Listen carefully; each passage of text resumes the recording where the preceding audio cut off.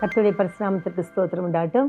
இந்த நாளிலுமாய் கூட மறுபடியும் நம்ம கர்த்தருடைய சமூகம் நமக்கு எப்படி இக்கட்டு சமயத்தில் உதவி செய்யும் என்பதை நாம் போன எபிசோடில் நீங்கள் பார்த்திருப்பீர்கள். மறுபடியும் நாம் பார்க்கும் பொழுது யோபுனுடைய வாழ்க்கையில் நான் உங்களுக்கு 6 இக்கட்டுகளை பற்றி அப்போ சொன்னேன். ஒருவேளை அதில் உங்களுக்கு யோசனை இருக்கலாம், 6 இக்கட்டுகள் என்ன என்று சொல்லி. அதை நான் தொடர்ந்து உங்களுக்கு இன்றைக்கு பேசுகிறேன். அதில் பார்க்கும் பொழுது நம்ம அது யோபு 5ஆம் அதிகாரம் 19ஆம் வசனத்தில் வாசிக்கிறோம். பாருங்க, 6 இக்கட்டுகளுக்கு உமை நீங்களாக்குவார், ஏழாவதிலும் பொல்லாப்பு உமை தொடாது. பஞ்ச காலத்தில் அவர் உமை மரணத்திற்கும் யுத்தத்தின் பட்டயத்துக்கும் வெட்டுக்கும் உமை விலக்கி காப்பார். இங்கே நிறைய ஆசீர்வாதங்கள் இருக்குது. நான் அதெல்லாம் உங்களுக்கு ஒவ்வொன்றாக சொல்லட்டும்.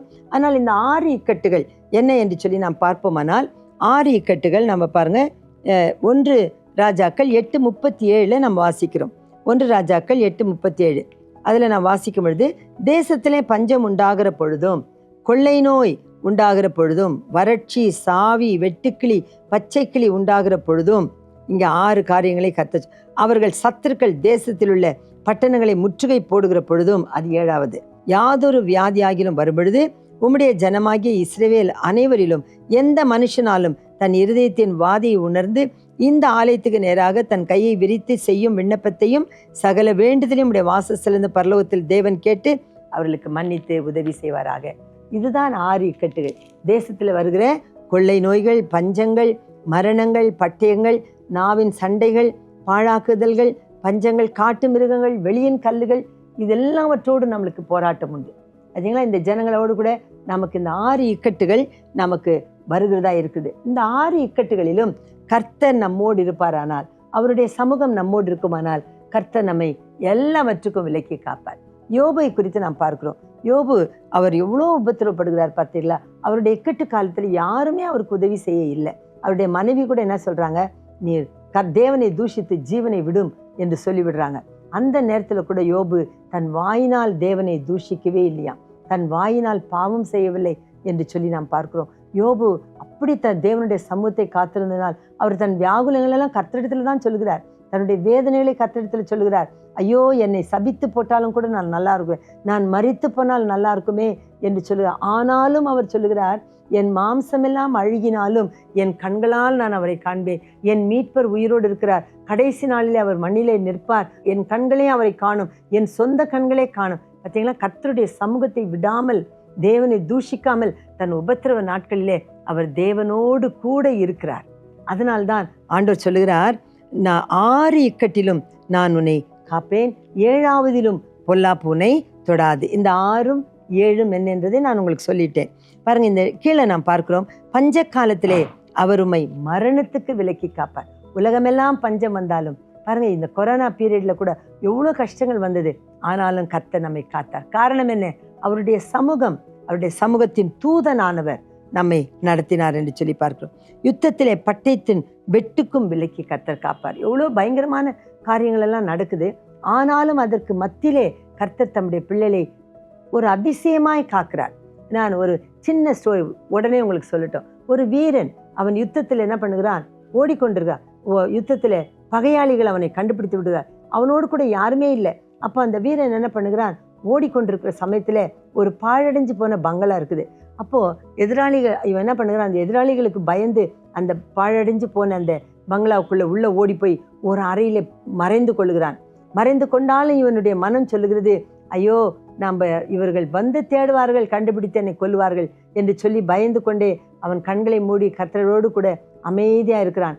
பாருங்கள், கர்த்தர் என்ன செய்கிறார், ஒரு சிலந்தி பூச்சி அனுப்புகிறார். ஒரு சிலந்தி வந்து என்ன பண்ணுது, அந்த வாசல், அவன் இருக்கிற அந்த ரூமுடைய அந்த அறையினுடைய அந்த வாசலை சிலந்தி என்ன பண்ணுது, அப்படியே வேகமாக கூண்டு கட்டுது. கூண்டு கட்டின உடனே பின்னாடி வருகிற பகைஞர்கள் என்ன பண்ணுறாங்க, அந்த பங்களாக்குள்ளே வர்றாங்க. வந்தாலும் எல்லா இடத்தையும் பார்க்குறாங்க, இந்த சிலந்தி கூண்டு கட்டியிருக்குது, ஒரு மனுஷன் இது உள்ளே போயிருந்தா அவன் இதை கீழ்ச்சிருப்பான், அதனால் இது உள்ளே யாரும் போயிருக்க மாட்டாங்கன்னு சொல்லி அவங்க போயிட்டாங்க. பார்த்தீங்களா, இக்கட்டு காலத்திலே கர்த்தர் தம்முடைய சமூகத்தினால் தம்முடைய பிள்ளைகளை பாதுகாக்கிறார். அவருடைய சமூகத்தின் தூதனானவர் அவர்களுக்காய் பரிதாபப்படுவார் என்று சொல்லி வேதத்தில் நாம் வாசிக்கிறோம். அதனால் கர்த்தர் எப்படியாகிலும் தம்முடைய பிள்ளைகளை காப்பாற்ற அவர் வல்லவர். அவருடைய சமூகத்திலே நாம் இருக்கும் பொழுது அது நம்மை பாதுகாக்கிறதா இருக்குது. பாருங்க, அது மட்டும் இல்லை, அது யுத்தத்திலே பட்டயத்துக்கு விலக்கி காப்பார், நாவின் சண்டைக்கும் நாவின் சவுக்குக்கும் மறைக்கப்படுவீர். நாவின் சவுக்குகள், நாவின் சண்டைகள்லாம் மனுஷர்கள் நமக்கு விரோதமாய் பல காரியங்களை பேச துணியும் பொழுது கர்த்தர் அவர்களுடைய நாவை கர்த்தர் கட்டி போடுவார். மறைக்கப்படுவீர்.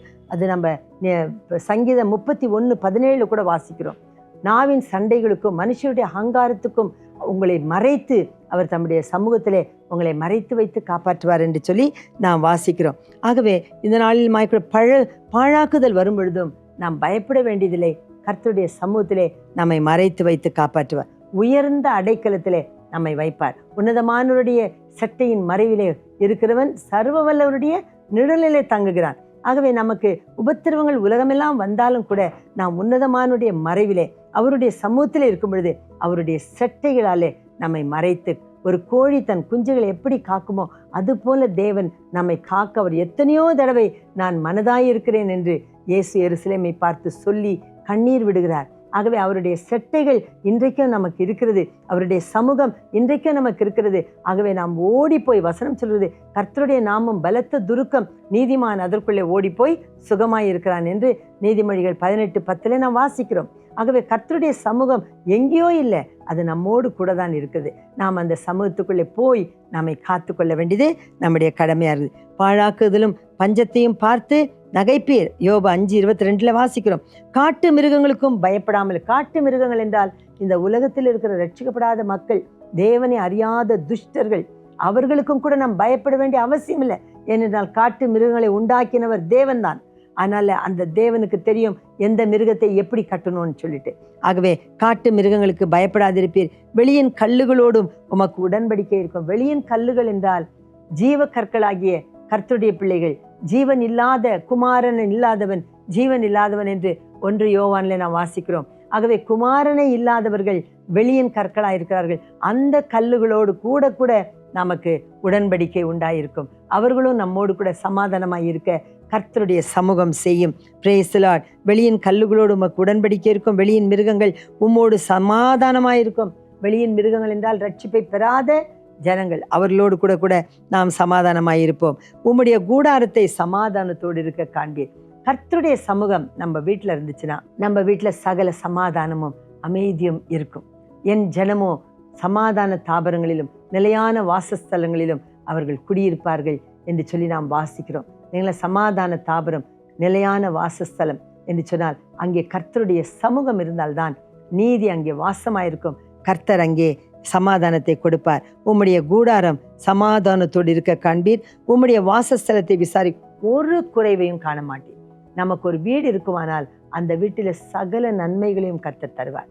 நீங்கள் கட்டாத வீடுகளில் குடியிருப்பீர்கள், நடாத மரத்தின் கனியை புசிப்பீர்கள், வெட்டாத கிணற்றின் தண்ணீரை குடிப்பீர்கள். இது உங்களுடைய ஆசீர்வாதம் என்று இஸ்ரவேல் புத்திரருக்கு கர்த்தர் சொல்லுகிறார். நமக்கு கர்த்தர் ஒரு வீட்டை கொடுப்பாரானால் அது ஒருவேளை காலி வீடாக இருக்கலாம், ஆனால் கர்த்தர் ஒரு குறைவும் இல்லாமல் அந்த வீட்டை நிறைப்பார். நீங்கள் எங்கேயும் போய் ஓடி அலைந்து அதற்காக நீங்கள் சம்பாதிக்க வேண்டிய அவசியம் இல்லை. இது என்னுடைய அனுபவத்தை தான் நான் உங்களுக்கு சொல்லுகிறேன். யாரோ கேட்டதோ ஏதோ உங்களை உற்சாகப்படுத்தவோ நான் சொல்கிறேன்னு நினைக்காதீங்க. காலி வீட்டை கர்த்தர் எனக்கு கொடுத்தார், அதை கர்த்தர் நிரப்பினார். எந்த கடைக்கும் போகாமல் எதையும் வாங்காமல் கர்த்தர் சகலவற்றையும் கொண்டு வந்து கொடுக்க நம்முடைய பிள்ளைகள் மூலமாய் கர்த்தர் அதை செய்கிறார் என்றால் அவருடைய சமூகத்தில் நாம் காத்திருக்கும் பொழுது நம்முடைய கூடாரம் முழுமையும் நிறைவுமாய் இருக்கிறதை நீங்கள் காண்பீர்கள். உங்களுக்கு எது தேவையோ அதை கர்த்தர் கொடுப்பார். whichever is our need that will be satisfied by God. சரிங்களா? நம்ம லக்ஸுரிக்காக வேண்டாததெல்லாம் நாம் எதிர்பார்க்கக்கூடாது. நமக்கு எது தேவையோ அதை கர்த்தர் கண்டிப்பாய் தருவார். நம்முடைய கூடாரம் நிறைவாய் இருக்கிறதை நீங்கள் பார்ப்பீர்கள். அது மட்டும் இல்லாதபடிக்கு உங்களுடைய சந்தானம் பெருகி உம்முடைய சந்ததியார் பூமியின் பூண்டுகளைப் போல இருப்பார்கள் என்பதை அறிந்து கொள்வீர். கர்த்தருடைய சமூகத்தில் இருக்கிற ஒரு மனுஷன் நிமித்தம் அவனுடைய குடும்பம் ஆசீர்வதிக்கப்படும். நீதிமான் தன் உத்தமத்திலே நடப்பான், அவன் பிள்ளைகளுக்கு அடைக்கலம் கிடைக்கும் என்று சொல்லி நாம் வேதத்திலே வாசிக்கிறோம். ஆகவே தேவனுடைய பிள்ளைகளே, நீங்கள் கொஞ்ச நேரம் எடுத்து கர்த்தருடைய சமூகத்திலே நீங்கள் பேசி பழகி சமாதானமாக இருந்து பாருங்கள். உங்கள் வாழ்க்கையில இந்த ஆசீர்வாதங்கள் எல்லாம் நிறைவேறும். நமக்கு மாத்திரமல்ல, நம்முடைய பிள்ளைகளுக்கும் நம்முடைய பிள்ளைகளுடைய பிள்ளைகளையும் 1000 தலைமுறை வரைக்கும் கர்த்தர் இரக்கம் செய்கிறவராய் இருக்கிறார் என்று வேதம் சொல்கிறது. அது மட்டும் இல்லாதபடிக்கு 26ஆம் வசனம் சொல்கிறது, தானியம் ஏற்ற காலத்தில் அம்பாரத்தில் சேர்வதை போல முதிர் வயதிலே நீர் கல்லறிலே சேர்வீர். பார்த்தீங்களா? கர்த்தருடைய சமூகத்தில் இருக்கிற பிள்ளைகளுக்கு பிரதானமான ஆசீர்வாதம் என்ன தெரியுமா? ஒரு நீதிமான் மரிக்கிறதை போல அமைதலான ஒரு மரணம். பிள்ளைகள் சூழ்ந்து நிற்க அவர்கள் கர்த்தருடைய சமூகத்தில் சேர்ந்து பிதாக்களின் கல்லறைகளை சேர்வார்கள். இன்னைக்கு எத்தனையோ பேர் கல்லறை சேராதபடிக்கு அவர்கள் முடிந்து போகிறார்கள். ஆகாப், எசபேல் இவர்களெல்லாம் பார்க்கிறோம். ஆனால்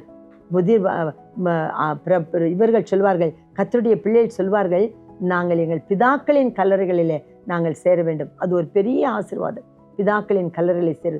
நாம் கர்த்தருடைய சமூகத்தில் காத்திருக்கும் பொழுது கர்த்தர் தீர்க்காயுசை கொடுக்கிறார்.